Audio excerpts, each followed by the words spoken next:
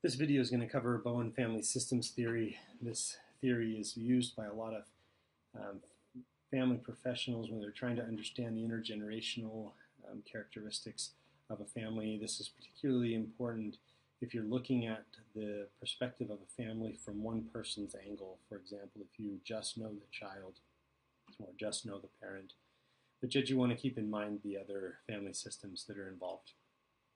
In a nutshell, the theory was created by a guy named Murray Bowen. He created it to really look at the balance between togetherness and individuality. Its key element is this perception that a healthy family is a balance, or the juxtaposition of the need for togetherness and the need for individuality. From a key element standpoint, a really important piece of Bowen's theory is the idea of anxiety. Anxiety being high emotion equals low reason. And so he proposes that when couples get into anxiety about something, when families get into anxiety about something, that reason goes down. And in relationships, when you have high emotion and low reason, misunderstandings abound and problems exist. And so his idea is that the most effective family interactions are ones where emotion is balanced and reason is high. Sometimes he looked at the transmission of high emotion, low reason in terms of intergenerational transmission.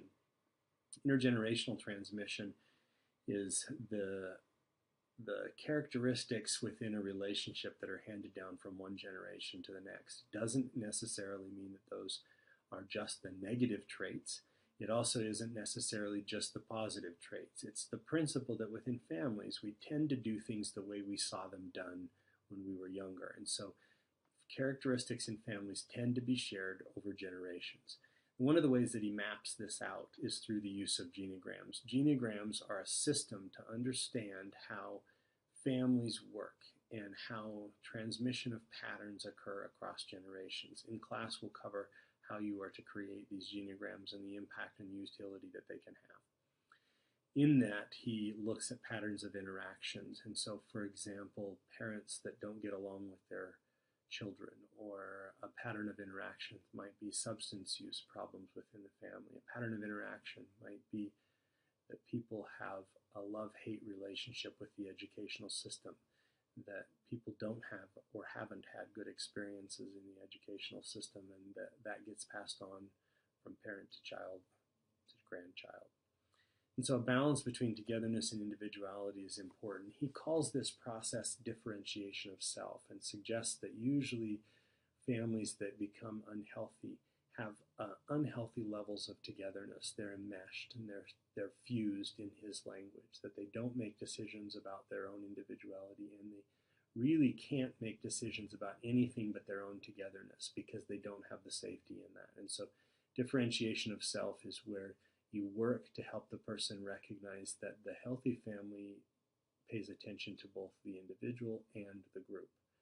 One of the challenges that he really focuses on is homeostasis, which is the tendency to stay the same, the tendency not to adapt to new situations. And he proposes that this is the time in which most problems occur. What do you do about it? So in his model, one of the things that you do is you try to decrease the relational anxiety. And so you try to do things to decrease the anxiety around whatever the problem is. And so if the problem is anxiety about learning, anxiety about loss of job and pending poverty, what you try to do is decrease the anxiety and infuse hope into the relationship.